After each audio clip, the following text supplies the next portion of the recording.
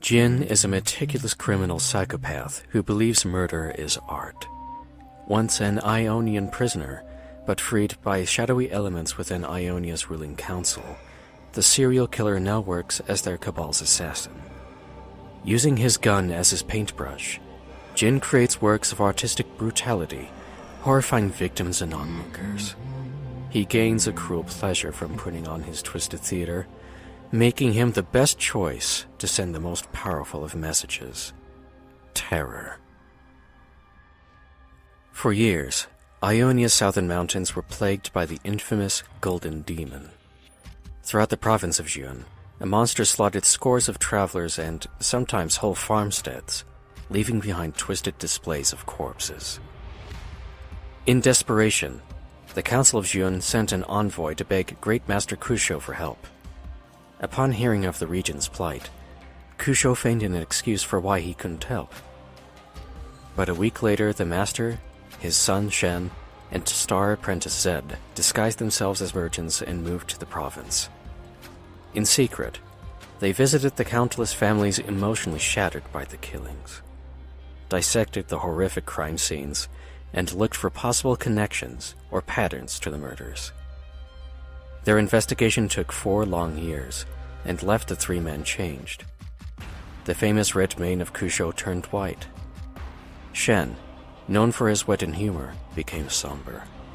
And Zed, the brightest star of Kusho's temple, began to struggle with his studies. Upon finally finding a pattern to the killings, the Great Master is quoted as saying, "Good and evil are not truths. They are born from men, and each sees the shades differently." Depicted in a variety of plays and epic poems, the capture of the Golden Demon would be the 7th and final great feat in the illustrious career of Lord Kusho. On the eve of the Blossom Festival in Jeom Pass, Kusho disguised himself as a renowned calligrapher to blend in with the other guest artists. Then he waited. Everyone had assumed only an evil spirit could commit these horrifying crimes, but Kusho had realized the killer was an ordinary man. The famed Golden Demon was actually a mere stagehand in Jhin's traveling theaters and opera houses, working under the name Kada Jhin. When they caught Jhin, young Zed marched forward to kill the cowering man, but Kusho held him back. Despite the horrors of Jhin's actions, the legendary master decided the killer should be taken alive and left at Tula prison. Shen disagreed, but accepted the emotionless logic of his father's judgment. Zed, disturbed and haunted by the murder scenes he had witnessed, was unable to understand or accept this mercy, and it is said resentment began to bloom in his heart. Though imprisoned in Tula for many years, the polite and shy Kada Jhin revealed little of himself. Even his real name remained a mystery.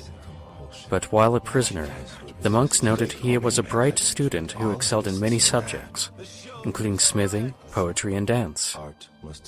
Regardless, the guards and monks could find nothing to cure him of his morbid fascinations. Outside the prison, Ionia fell into turmoil as the Noxian Empire's invasion led to political instability. War awoke the tranquil nation's appetite for bloodshed. The peace and balance Kusho had famously fought to protect was shattered from within as dark hearts rose in power and secret alliances competed for influence. Desperate to counter the power of the ninja and Wuju swordsmen, a cabal within the ruling council conspired to secretly free Jhin and turn him into a weapon of terror. Now with access to the Kashri Armory's new weapons and nearly unlimited funds, the scale of Kada Jhin's performances has grown. His work has brought fear to many foreign dignitaries and to Ionia's secret political underground.